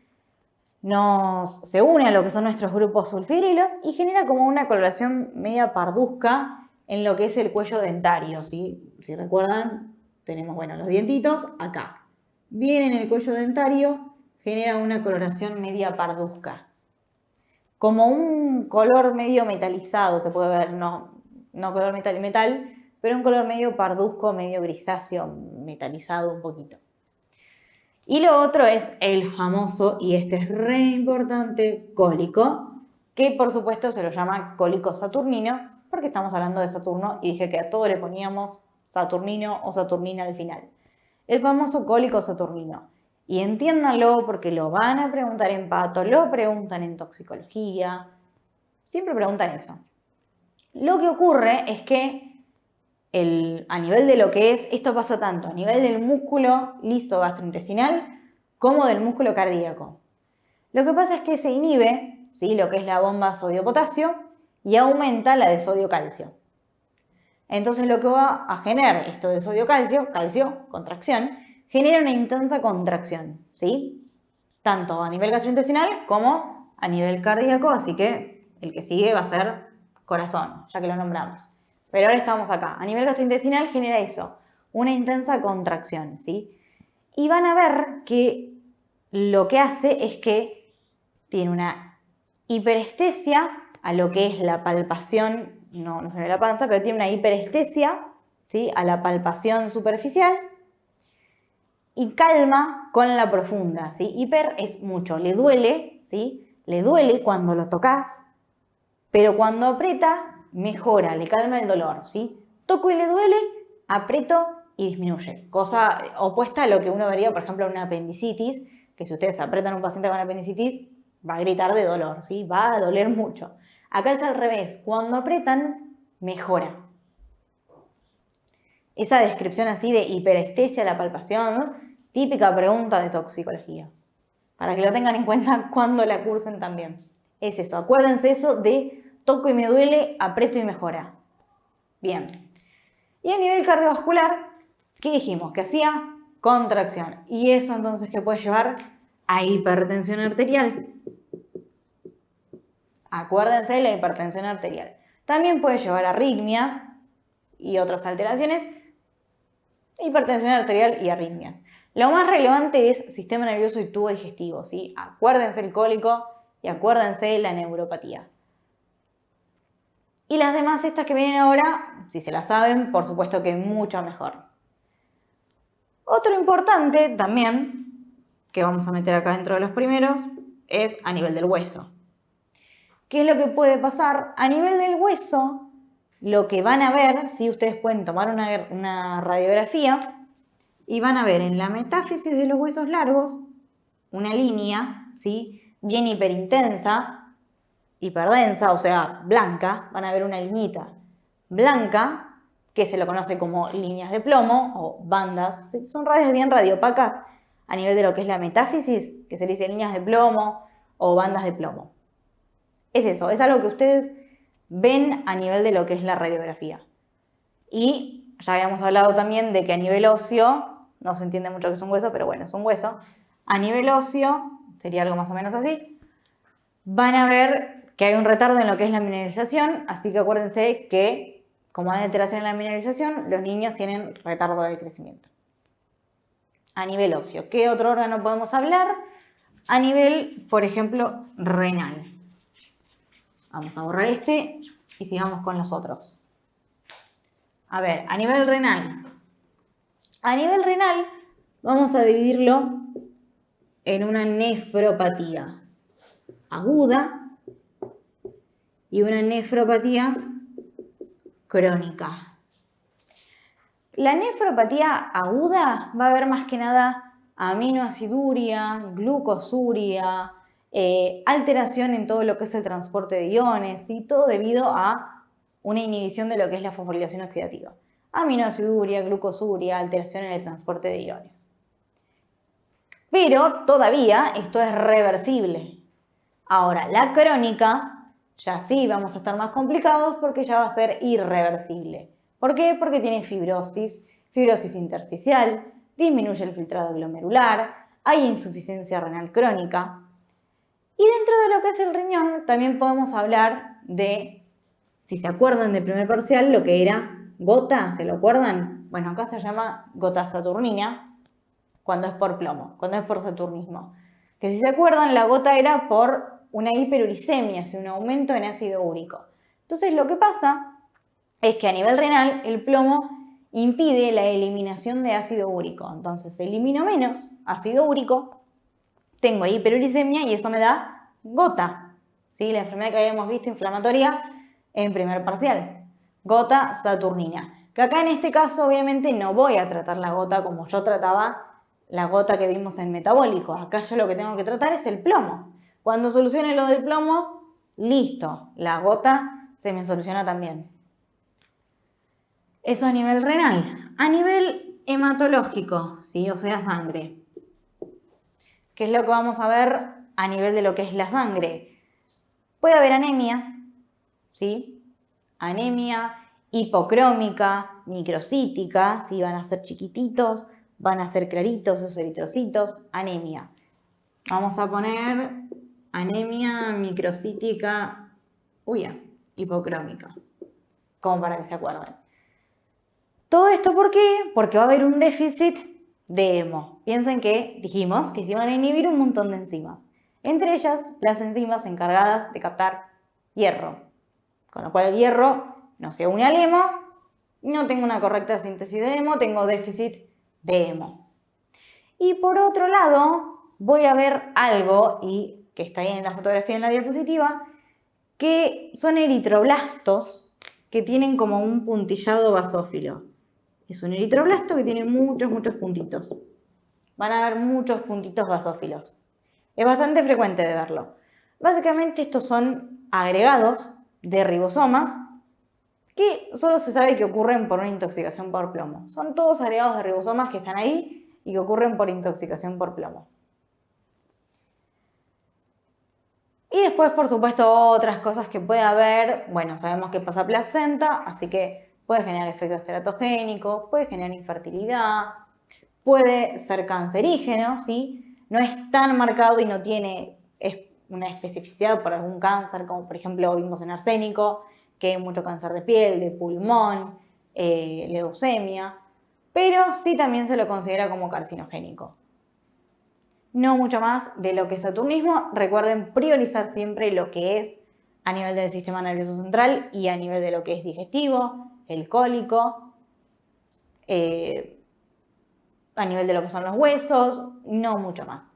Así que espero que les haya gustado este video, que no haya sido tan plomo, y nos vemos en otro metal más adelante, en otro video.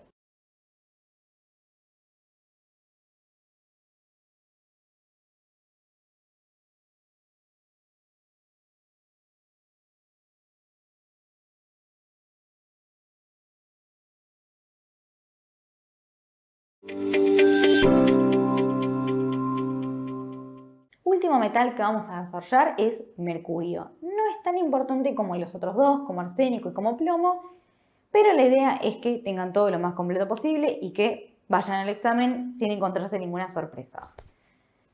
No es tan tomado actualmente, no lo estoy escuchando mucho, pero bueno, por las dudas vamos a desarrollarlo. Yo les recomiendo que no flasheen mucho más de lo que se va a ver en este video, prioricen los otros, si tienen tiempo, expándanse lo que quieran, pero prioricen lo demás. Dentro de lo que es mercurio, entonces comenzando, lo primero que tenemos que saber es las fuentes. Pero antes de hablar de las fuentes, para que se entienda bien, voy a hacer un pequeño comentario de que esto van a verlo mucho mejor en toxicología, así que no se preocupen, entiendan lo justo y necesario. Vamos a tener dos principales tipos de mercurio, que son básicamente el inorgánico y el orgánico. Bien, el inorgánico es el que también pueden leer como elemental, ¿sí? El inorgánico o elemental es el que podemos encontrar en lo que es la industria, la minería, por ende acá ya tenemos algunas fuentes, ¿sí? Industria, minería. Ahora, lo que quería que entiendan es el orgánico. El orgánico lo que tiene, van a tener uno importante, ¿sí? Que se llama metilmercurio, ¿sí? Se va a metabolizar en nuestro cuerpo el mercurio orgánico a metilmercurio, en el cuerpo de un ser vivo directamente. Metilmercurio. Se metaboliza y se transforma principalmente en metilmercurio. También hay otro que es etilmercurio, pero el más importante es metilmercurio. Eso va a liberarse y va a generar lo que se conoce como fenómeno de bioacumulación. ¿Qué quiere decir bioacumulación? Está contaminado, por ejemplo, por las industrias se contamina el agua o lo que sea, y hay zooplanctons ahí que se los comen. Se comen este mercurio y lo metabolizan a metilmercurio en su interior. Y el zooplancton es comido por peces y ese pez por un pez más grande y un pez más grande y así.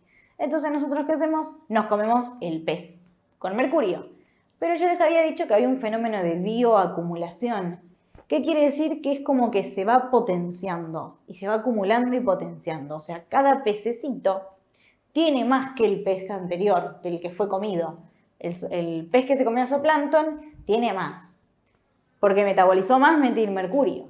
El pez más grande tiene más, metabolizó más y así. Entonces cuando nosotros nos lo comemos, ya tiene una gran bioacumulación. Así que otra fuente, por esto de que dije de que el zooplancton se lo come un pez y nosotros nos comemos el pez, otra fuente es vía alimentaria por peces. Por ejemplo, pescado, minería, también algunas pinturas, joyería, actualmente ya no tanto, y a mí la que me gusta es los sombreros. Todos, me imagino, o muchos conocemos la historia de Alicia en el País de las Maravillas y conocemos al personaje del sombrerero loco. A mí me encanta cuando pienso en Mercurio imaginarme el sombrero porque eso es lo que quisieron representar, ¿sí? Anteriormente los sombreros, específicamente los de copa, se hacían con materiales en donde ellos incluían mercurio. Entonces las personas que estaban constantemente, no los que lo usaban, pero sí los que estaban fabricándolos, ¿sí?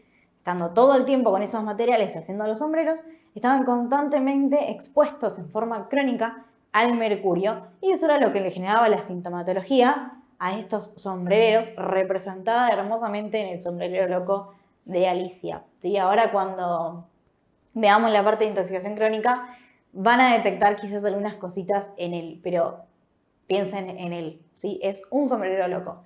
Y a mí lo que me interesa también que se lleven, porque estamos en ese ámbito, es que algunos antisépticos tenían anteriormente también, y los termómetros, ¿sí?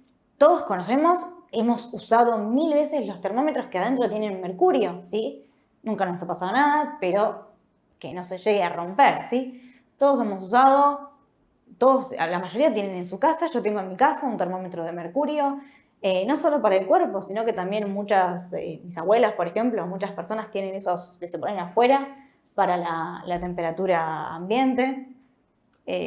Son cosas que las vemos cotidianamente. Ya les digo que debido a esto está prohibidísimo que lleven a la UDH un termómetro de mercurio. Se los van a ver y los van a retar, ¿sí? Sí o sí, digital, adiós termómetro de mercurio, ¿sí? Y estos antisépticos, por supuesto que ya tampoco se usan. Pero bueno, ¿quién no tiene todavía un termómetro de mercurio? Siguen existiendo. Y además, vieron que les había nombrado que dentro de esto, además del metilmercurio, estaba el etilmercurio. Etil, bien. El etil también se utilizaba para mantener, ¿sí? Para preservar lo que eran las vacunas. Ya no se usa, pero seguramente han escuchado el tiomersal, ¿sí? Que era básicamente esto, etilmercurio. Ya no está en las vacunas, pero sí hay un poco en la vacuna de la gripe, en bajas concentraciones, por supuesto que no en concentraciones suficientes como para generar una intoxicación, pero puede estar y de hecho puede generar por eso alguna sintomatología o algún efecto menor. Algo importante igual para que tengan en cuenta es que de por sí el etilmercurio es más buenito, por así decirlo. ¿Por qué digo que es más bonito? Porque tiene una vida media corta, de 7 días. Corta comparada con quién? Con el otro, el metilmercurio, ¿sí? Comparado con el metilmercurio, que tiene una vida media de 50 días, y no solo eso, sino que sí puede tener cantidades suficientes como para generar toxicidad, es bastante tranquilito el etil. Pero bueno, dato para que sepan que está. Bien, ¿qué es lo que tenemos que saber? ¿Cuál es su patogenia? Dentro de su patogenia, lo que tienen que saber es que se une a grupos sulfirilos también y reemplaza el hidrógeno, como los otros dos, ¿sí? Se une a los grupos sulfirilos de enzimas necesarias y reemplaza el hidrógeno. Y de ahí va a generar todos los trastornos que se caracterizan más que nada por trastornos en lo que es el sistema nervioso central, tanto sensitivo como motor, como cognitivo, y puede llegar a generar malformaciones uterinas y también incluso pasar por la leche materna. A ver, dividamos ahora, para terminar, en lo que son las intoxicaciones. Un poquito de la clínica de intoxicación aguda versus crónica. De intoxicación aguda, más que nada va a generar síntomas gastrointestinales, como por ejemplo puede llegar a generar, por supuesto que va a depender dependiendo de la cantidad, gastroenteritis, colitis ulcerohemorrágica.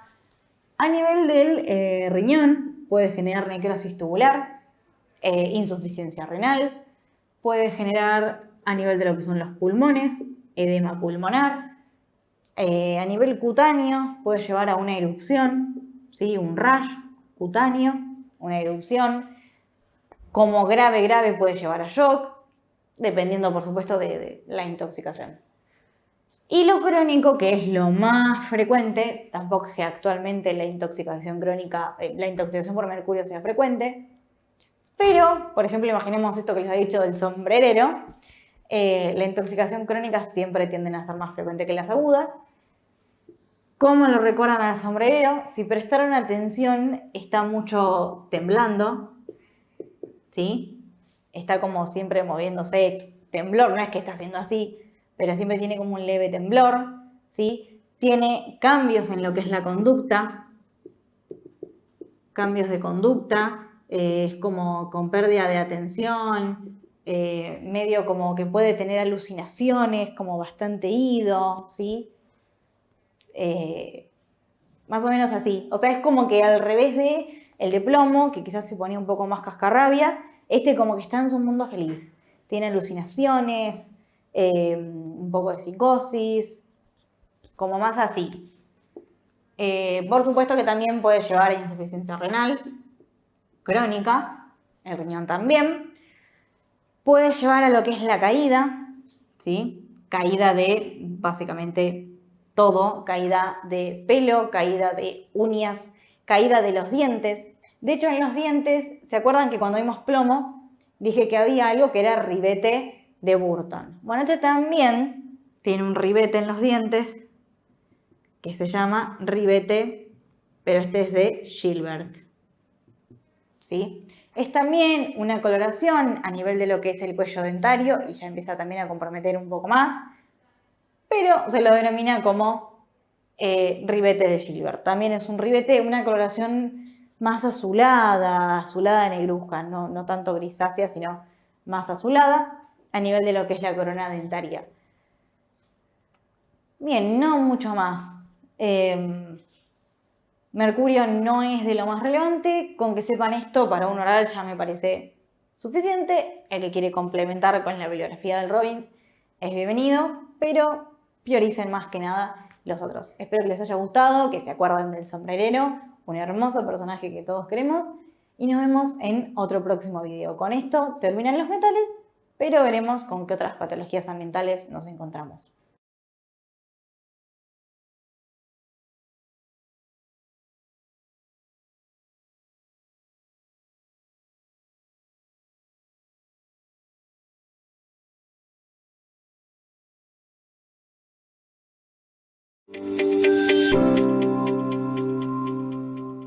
Llegamos al último tema de patología ambiental.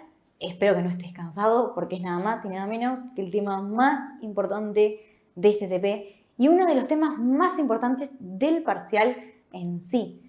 Es súper probable que te toque este tema en el parcial, en el final, en todos lados, porque es recontra retomado. Hay 4 neumoconiosis que tienen que conocer y que vamos a desarrollar. Una va a tocar sí o sí, no se zafa. Así que te necesito bien atento, anda por un café, por un mate y cuando estés listo, empecemos. Bueno, supongo que pusiste pausa y que ya estás listo para empezar. Te quiero bien atento. Lo primero que vamos a empezar es hablar de generalidades de ellas antes de meternos bien en cada una. Las neumo, pulmón, así que ya sabemos que algo con el pulmón tiene que ver, ¿sí? Es una respuesta que da el pulmón frente a determinadas partículas, ¿sí? Que podemos inhalar. Hay partículas que inhalamos y el pulmón hace una respuesta inflamatoria ante ella. Sabemos que la inflamación es como un arma de doble filo. Puede sernos muy útil, pero cuando es exagerada y prolongada, no. ¿Sí? Nos puede generar más daño. Y este no es la excepción, por supuesto, es uno de los casos. Se genera esta respuesta inflamatoria por parte del pulmón, exagerada y prolongada, porque las neumoconiosis son patologías crónicas y progresivas que van a llevar a daño pulmonar y a fibrosis. Así que en este caso es algo inflamatorio, pero es lo que nos genera la patología. ¿Y de qué va a depender que a mí se me genere? Van a ver que va a depender, por un lado, del tamaño de lo que es la partícula. También vamos a ver qué importa específicamente cuando veamos asbesto, la forma de la partícula. Pero por ahora quedémonos en el tamaño y cuando veamos asbesto, vemos el tema de la forma. El tamaño, lo que ustedes tienen que pensar es que si es más chica la partícula, va a llegar más distal, porque si es más grande se va a quedar atorada más arriba. Entonces, si es más chica, va a llegar a más distal, más pequeña, más a distal llega, más daño genera, ¿sí? Y después, por otro lado, la cantidad, ¿sí? No es lo mismo poco o mucho, y la duración. No es lo mismo un mes, un año, 10 años. La duración y a qué cantidad yo esté expuesto también va a ser importante. Y lo otro que van a ver que depende es de la solubilidad. La solubilidad nos tiene que hacer pensar en la capacidad de que se pueda eliminar más o menos rápido, ¿sí?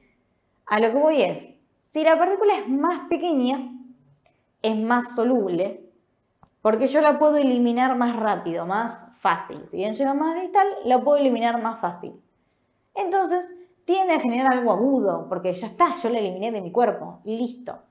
Si es más grande, es menos soluble, se me dificulta más lo que es mi eliminación y me puede generar algo crónico porque no lo estoy pudiendo eliminar. Eso es lo que habla la solubilidad. Las más pequeñas son más solubles, las más grandes menos solubles. Y después también podríamos agregar de la susceptibilidad del paciente, ¿sí? No todos los pacientes son iguales, no todos reaccionan igual, pero hablando de lo que es la partícula, depende de estas cosas. Vamos a aclarar algo ahora al principio para no repetirlo todo el tiempo 4 veces. Lo van a ver en la diapos quizás repetido, pero es exactamente igual para todas cómo es que yo pasé de tener la partícula a mi fibrosis, ¿sí? ¿Qué es lo que va a ocurrir? Bueno, yo inhalo esta partícula. Yo la inhalo y ¿qué va a pasar? Va a llegar y el macrófago, que está ahí dando vuelta, los macrófagos alveolares, lo van a fagocitar. Eso es lo que hacen, fagocitar las partículas. Entonces, llega carbón, fagocita la partícula. Llega sílice, fagocita la partícula. ¿Sí? Llega asbesto, lo mismo. Siempre es igual. Lo van a leer así en los 4. Llega y lo fagocita. Cuando lo fagocita libera un montón de citocinas y cosas que sabemos que libera para estimular a los fibroblastos. ¿Qué hace un fibroblasto? Tejido colágeno, fibrosis. Genera fibrosis, fibrosis y fibrosis. Así que esto es lo que lleva a la fibrosis, por estimular a los fibroblastos. La fibrosis pulmonar. Todas van a cursar con fibrosis pulmonar, que es progresivo, o sea, con el tiempo esta fibrosis va a ser peor. Y si es mucha fibrosis, ¿qué puede pasar? Puede llevar a hipertensión pulmonar, ¿se acuerdan? Hipertensión pulmonar. Y si se acuerdan, ya por aquellos lares del TP circulatorio, cuando vimos insuficiencia cardíaca y mencionamos causa de insuficiencia cardíaca derecha, si bien mencionábamos una cardiopatía previa, izquierda y todo eso, también estaban neumopatías como neumoconiosis, ¿sí? Puede generar hipertensión pulmonar. La hipertensión pulmonar, principal causa de insuficiencia cardíaca derecha. Así que me puede generar lo que han escuchado en STP como cor pulmonale. ¿Sí? ¿Se lo acuerdan? Cor pulmonale, que es cuando hay una patología en el corazón, pero por culpa del pulmón. O sea, en este caso, el lado izquierdo no tiene nada que ver, no es la insuficiencia cardíaca global. El lado izquierdo del corazón estaba bárbaro, está bárbaro, no tiene nada que ver. El problema acá es que esta hipertensión pulmonar, por algo propio del pulmón, generó la patología cardíaca derecha. Así que a la larga puede llevar con eso. Bien, pero recuerden este caminito que es igual para todos. Fagocitamos la partícula, fibroblasto y fibrosis, ¿sí? Entonces en todos voy a ver fibrosis. Y también van a leer en todos enfisema, pero eso es porque lo van a ver siempre que haya fibrosis, porque tengan en cuenta que la fibrosis retrae, ¿sí? Entonces retrae los tabiques y genera la ruptura de los tabiques, dilatación del espacio alveolar, enfisema. Bueno, ahora que ya sabemos esto, vamos a hablar específicamente de cada una de ellas. Vamos a hablar primero de NTC, ¿sí? ¿Qué significa NTC? Es la abreviación de neumoconiosis de los trabajadores del carbón. Era muy largo, así que esto no es solo algo mío, yo suelo abreviar, pero eso no es solo algo mío, esta es la abreviación que se da, lo van a leer así. Está hablando de carbón, neumoconiosis de los trabajadores del carbón. Bien, por supuesto que es por la partícula de carbón en este caso. ¿Cuáles son las fuentes que podemos tener? Bueno, por supuesto que todos los que trabajen en la minería de carbón. Y una fuente para todos es el smog. Y esto va para todos. Eso es lo que hace que tengamos lo que vemos en tantos preparados y que tanto estamos diciendo desde, creo que el TP1, antracosis. esa coloración que dijimos, negruzca, que se veía en todos los preparados más o menos de pulmón que había, que era una coloración negruzca que decíamos que era por carbón, que es un pigmento exógeno. Acá, llegamos a este momento. Eso es antracosis. Todos, seguramente, o casi todos tenemos antracosis. Creo que ya sabemos desde anato, que hemos visto pulmones, que nadie tiene los pulmones rosas hermosos como un bebé, como se dibujan. Muchos tenemos antracosis, sobre todo si los que viven en una zona bastante céntrica, como por ejemplo acá en Buenos Aires, colectivos, autos, todos los vapores, ¿sí? Toda la contaminación ambiental que se genera, humo de cigarrillo. Bien, minería, smog, y ya no tanto, pero también, ¿se acuerdan lo que eran los fogoneros y los desollinadores? No se ve actualmente, pero sí en algunas películas y esas cosas siempre se ven. Los fogoneros, esos que echaban la leña ahí al tren, ¿sí? O los desollinadores, los que iban en las chimeneas y desollinaban todo lo que era la chimenea, también por supuesto que estaban más que nada expuestos. Hoy en día, más que nada es smog, las minas de carbón, y recuerden que el tabaco también tiene carbón, así que también es una fuente. Bueno, cada uno, si bien la partícula hace lo mismo, esto que dijimos, que el macrófago lo fagocita, se vio que tiene predilección cada una de las neumoconiosas que vamos a ver por un lugar específico del pulmoncito. Bueno, vamos a hacer más o menos un gráfico así. ¿Qué es lo que le gusta al carbón específicamente? Luego puede ir progresando a todo, por supuesto, pero ¿dónde le gusta más que nada? La parte superior de los lóbulos, ¿sí?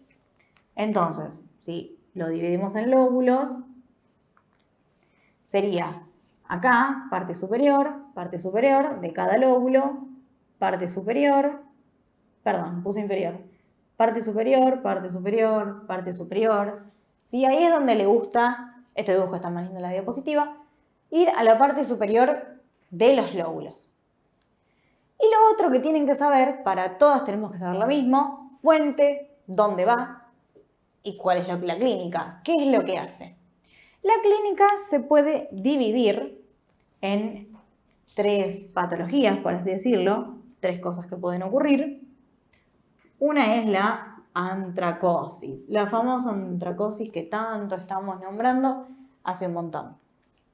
¿Qué es únicamente esto? Es el macrófago cargado con carbón. Pero solo eso, no hay lesión de nada. Solo es un macrófago cargado con un pigmento. Lo único que hace es color negruzco. Nada más. No hay lesión. Solo es el macrófago. Después tenemos la neumoconiosis de los trabajadores del carbón, NTC, simple. Simple. ¿Qué esto qué es? Que también hay, es como que cada una le vamos a ir sumando algo. También está el macrófago cargado, ¿sí? Pero tiene más extensión y tiene algunos nodulitos que pueden llegar a tener un poco de fibrosis, por ende también puede haber enfisema, por esto que nombramos de la retracción, pero estos nodulitos suelen tener más que nada tejido colágeno laxo. Pero básicamente eso, o sea, no solo tenemos los macrófagos con una mayor extensión, sino que también tenemos estos nódulos de tejido colágeno, de fibrosis, que ya se lo denominan como manchas, por la extensión que tienen también a estos macrófagos. Ya son manchas. Y luego tenemos la neumoconiosis de los trabajadores del carbón, complicada. Está la simple y la complicada. La complicada ya es irreversible, si es la peor que podemos encontrar dentro del carbón, es irreversible porque ya tiene una fibrosis masiva, ¿sí? Ya también son todos los macrófagos cargados, con mucha más extensión y con una fibrosis, tejido conectivo colágeno denso, masiva, y también podemos encontrar focos de necrosis. Y acuérdense que esta ya es irreversible, ¿sí? Complicada. Esa es nuestra complicación. Más allá de esto, otra cosa que necesito que se lleven es el tema de, vamos a hacerlo acá, aparte, con otro color por su nivel de importancia. Vamos a tener que saber características, ¿sí? Que siempre las preguntan especiales. Hay que saber cuál es la neumoconiosis que se asocia con granuloma, ¿sí? Vale, vamos a poner acá la del carbón, silicosis, asbesto y berilio.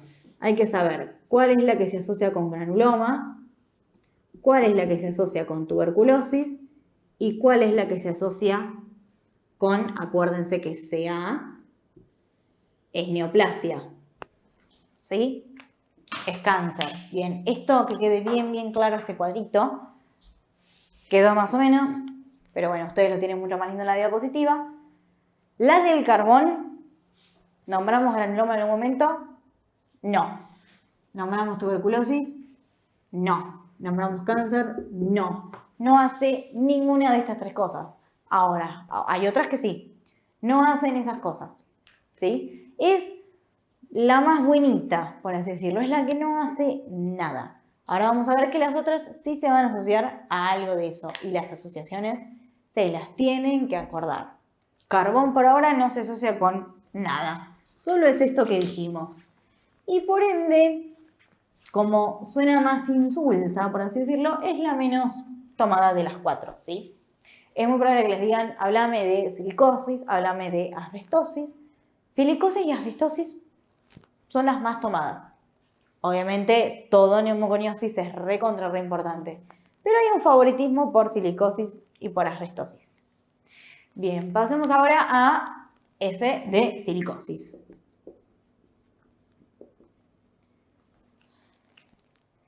Silicosis, entonces, dijimos que era una de las favoritas tomadas. ¿Qué es lo que tenemos que saber de silicosis? Silicosis, la partícula, el material, viene de sílice. Sílice. ¿Qué es el sílice? Es una partícula que está en el cuarzo, así que todo lo que sean la industria de la minería del cuarzo van a poder tener silicosis, y la arena. Está en la arena, así que, o sea, no sé si saben, pero el vidrio se hace con arena. Así que todo lo que sea la industria del vidrio, también. ¿Qué es lo que va a ver? Bueno, acá lo que vamos a tener, también lo mismo, el macrófago viene, se lo come, es igual, pero vamos a tener nódulos ya, nódulos fibrosos, con un centro bastante redondeado, ¿sí? Todo rodeado de macrófagos de sílice. Es básicamente un nódulo de colágeno, imagínenselo todo rodeado de macrófagos, ¿sí? Acuérdense esto de nódulo porque suelen jugar mucho en el preparado y eso con los nódulos. La fibrosis se dispone como haciendo nodulitos. Nódulos de fibrosis en el centro y todo alrededor bordeado de macrófagos con sílice, ¿sí? Que después vamos a hablar un poquito que tienen esto de birrefringencia, o sea, es como birrefringencia es porque a la luz polarizada, obviamente no lo van a ver porque no tenemos microscopios para luz polarizada, pero en la luz polarizada se ve como un blanco brillante. Eso es lo de birrefringente, ¿sí? Todos estos nódulos son birrefringentes. Igualmente en HIE se ven bien lesiones nodulares de tejido colágeno. También puede haber antracosis por ahí. Pueden sufrir isquemia y un reblandecimiento central. Y este reblandecimiento central se puede cavitar. Y ahí tuberculosis le va a encantar meterse. Se mete en una cavidad. Y también, si no, es muy frecuente la asociación con tuberculosis. ¿Sí? Que el paciente que tiene silicosis también tenga tuberculosis, entonces se generan también cavitaciones, ¿sí? Por la propia tuberculosis. Eso, acuérdenselo, la asociación con tuberculosis, ¿sí? Se ve que más que nada es porque la silicosis lo que hace es, acuérdense que se mete al macrófago, entonces evita una correcta respuesta, una eficiente respuesta del macrófago para poder combatir el bacilo. Entonces, por eso es que se asocia mucho con todo esto.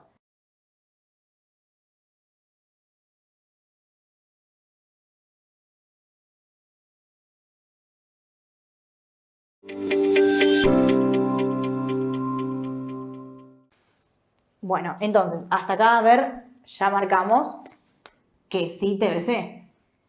Y a su vez, todos estos nódulos pueden coalescer y formar lesiones mucho más extensas de fibrosis.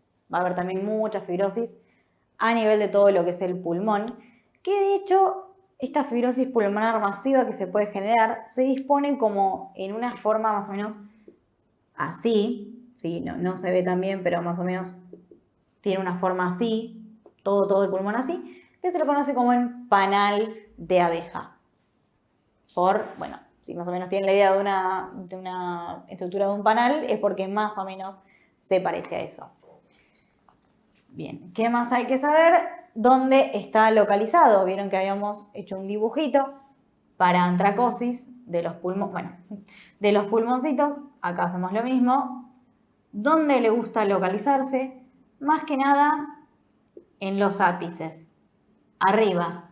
Ahí es donde más le gusta. Le gustan los ápices. Y justamente a quién más le gustan los ápices, a tuberculosis. Otro motivo por el cual se llevan bien. Eso con respecto a lo que es el pulmón. Pero no solo generan afectación a nivel de lo que es el pulmón.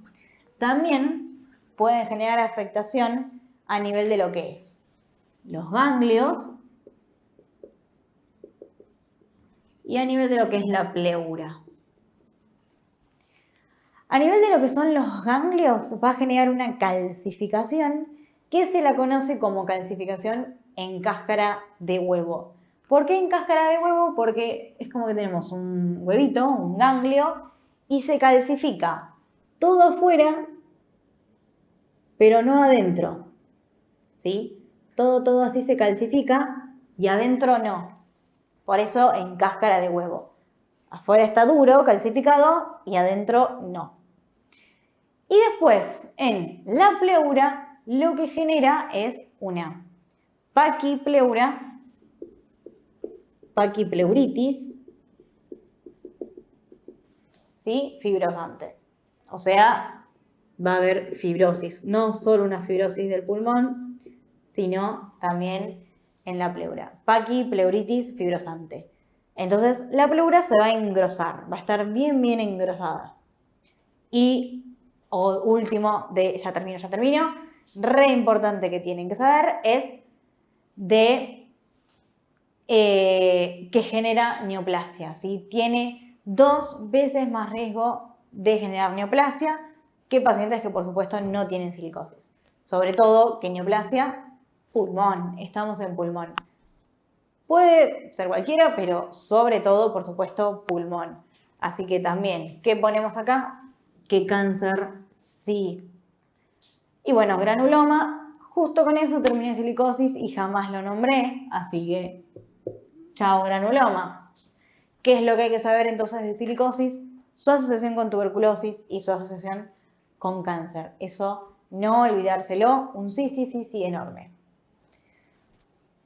Lo último que podemos decir, que me lo olvidé, es, vimos cómo se ve la radiografía, pero no a la macro. Igualmente a la macro van a ver también nódulos diminutos, son bien chiquititos, a la micro no se nota tanto, pero a la macro sí ven que son muy chiquititos, de básicamente tejido colágeno, aumento de consistencia y todo lo que saben de la fibrosis. Bien, el otro es asbesto. A ver, con el colorcito. ¿Qué es lo que asbesto es? Creo que de los 4 el más tomado, asbestosis. Personalmente es el que yo siempre tomo, así que el que le toque conmigo no va a zafar de asbesto, me gusta mucho. ¿Qué es lo que tienen que saber? Bien, ¿de dónde? ¿Cuáles son las fuentes? Minería, ¿sí? Por ejemplo, fibrocemento, también muy importante hoy en día. Todo lo que es la industria del fibrocemento, las industrias de construcción, el caucho, también lo que son, lo de los autos, perdón, lo que son los embriagues, los frenos, ¿sí? Todo esto se asocia también con asbesto. Frenos, embriague, bueno, todo lo que nombré. Esto nos va a generar lo que es una lesión por fibras de amianto. Estos contienen lo que son las fibras de amianto. Ahora, habíamos dicho que acá era importante la forma de las fibritas. Entonces, estas fibras pueden tener dos formas, ¿sí? Que hay que conocer, ¿sí? Lamentablemente hay que saber la forma de la fibrita. Ahora vamos a ver por qué es importante. Una forma, la más frecuente, es como una serpentina, ¿sí? Es una serpentina. Acuérdense que es la más frecuente. Obviamente que es como ondulada, ¿sí? Como una serpentina. Y la otra se llama anfibólica, la van a leer. Anfibólica. Que la anfibólica es recta, es bien derechita, bien derechita. Es recta y rígida. Entonces, ¿por qué es importante esto? Porque imagínense que si ustedes tienen como todo va a llevar a la fibrosis, por supuesto, la serpentina es más frecuente y por ende lleva a fibrosis y a todo lo que ello conlleva, ¿sí? Pero es como flexible, es como una serpentinita, entonces es flexible y es soluble. La puedo eliminar tranquila o incluso puede quedar atrapada en lo que es la vía aérea superior. Imagínense como una forma así que se queda agarrada en la vía aérea superior, entonces quizás no llegue tan abajo. En cambio, cuando algo es rígido y encima es recto, eso sí tiene mucha más chance de ir como como lo que es la vía aérea, ¿sí? La vía aérea es recta, ella también, entonces va así. No se queda como esta estancada en algún lado. Entonces puede llegar a zonas más distales y entonces por ende generar más complicación. Es la menos frecuente, pero pasa eso, al ser rígida puede llegar más distal y generar más daño. ¿Y qué es lo que nos importa más? Que esta es la que tiene relación con cáncer.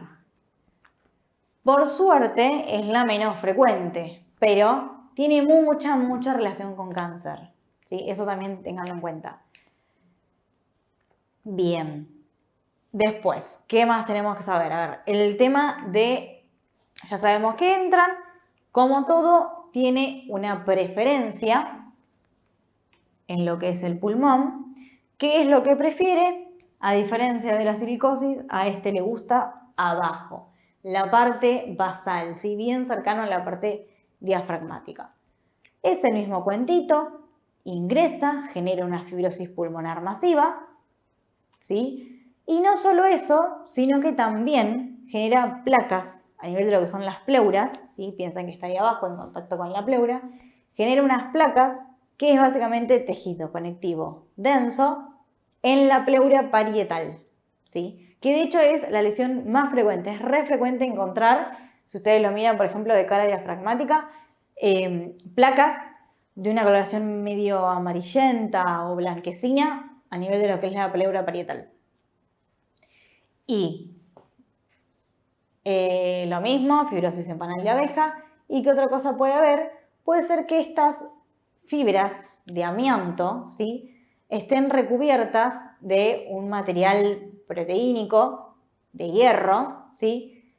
Que se lo conoce como cuerpos de asbesto, ¿sí? El cuerpo de asbesto se le dice que es, la descripción hermosa es que es un bastón arrosariado, que ustedes lo verían de un color más o menos, no lo van a ver, pero si lo pudieran ver lo verían marrón dorado, con un centro translúcido, que es justamente un macrófago fagocitado.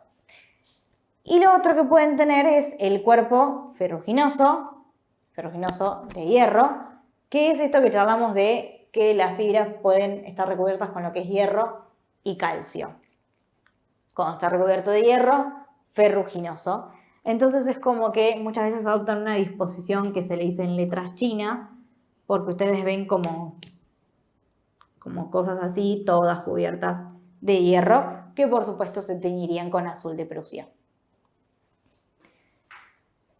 Bueno, y lo último, súper importante y que quiero que se lleven de asbesto, es que esta nada que ver con granuloma, nada que ver, bueno, lo puse con verde, nada que ver con granuloma, nada que ver con tuberculosis, pero sí tiene asociación con cáncer, ya lo vimos. Pero ¿qué cáncer me importa que sepan? Mesotelioma. Mesotelioma tiene mucha relación con lo que es el asbesto, ¿sí? No todo asbestosis termina en un mesotelioma, pero se vio que el 90% de los casos de mesotelioma, 90, es a causa de asbesto, ¿sí? Y el otro 10% no se sabe. ¿Qué es el mesotelioma? Es la neoplasia más frecuente primaria de pleura. Es la neoplasia de mesotelio, puede ser de cualquier mesotelio, en este caso pleura, ¿sí? Mesotelioma pleural. 90% de los casos de mesotelioma se relaciona con asbestosis. Así que cuando ustedes dicen en el oral que se relaciona con cáncer, ¿qué es lo primero que tienen que decir? Mesotelioma. Puede ser cualquier mesotelio, más que nada pleural, pero también puede ser de pericardio, de peritoneo, ¿sí? Por supuesto que también cáncer de pulmón y también cáncer de lo que sea, digestivo, de todo. Va a la cabeza mesotelioma, cáncer de pulmón, pero después puede ir a cualquier lado. Cáncer de todo. Pero acuérdense mucho esta relación con el mesotelioma. Y la última que tenemos que conocer es berilio. También una tranquila. Es corta esta. Beriliosis. ¿Sí? Berilio. Berilio más que nada es en lo que son los materiales incandescentes, así que más que nada son las cosas industriales, ¿sí? Aleaciones, industrias de cosas fluorescentes, fabricantes de cerámicos y todas esas cosas.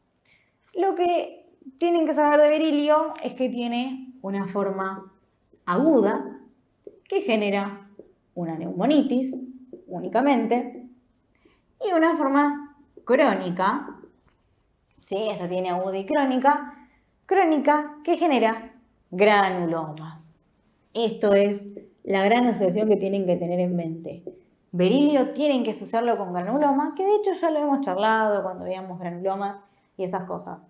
Hace granulomas no gaseosos que con el tiempo pueden calcificarse, ¿sí? Y también se vio que tiene una relación con lo que es las neoplasias. Como casi todos menos carbón se relacionan con neoplasia. Y lo otro que pueden llegar a saber es lo mismo de siempre, el macrófago se lo come, eso ya creo que quedó claro. Lo otro que tienen que saber es dónde se localiza. Tenemos los pulmones, lo que le gusta a él es el campo medio. Comienza por campo medio y de ahí se expande luego hacia arriba y hacia abajo. ¿Sí? Ahí es donde va primero y luego se expande. Entonces, terminando nuestro cuadrito, sí cáncer, no tuberculosis y sí granuloma. Entonces, ¿cuál es la única que se relaciona con granuloma? Berilio. La única que se relaciona con tuberculosis, silicosis, y todas, menos carbón, se relacionan con cáncer. Eso no se lo olviden nunca. Bueno, intenté más o menos ver lo más completo. Si me comí algo lo van a tener en el resumen. Espero que no. Todo lo que es neumoconiosis. Espero que les haya gustado, que les haya sido lo más ameno posible. Y con esto concluimos lo que es la unidad de patología ambiental.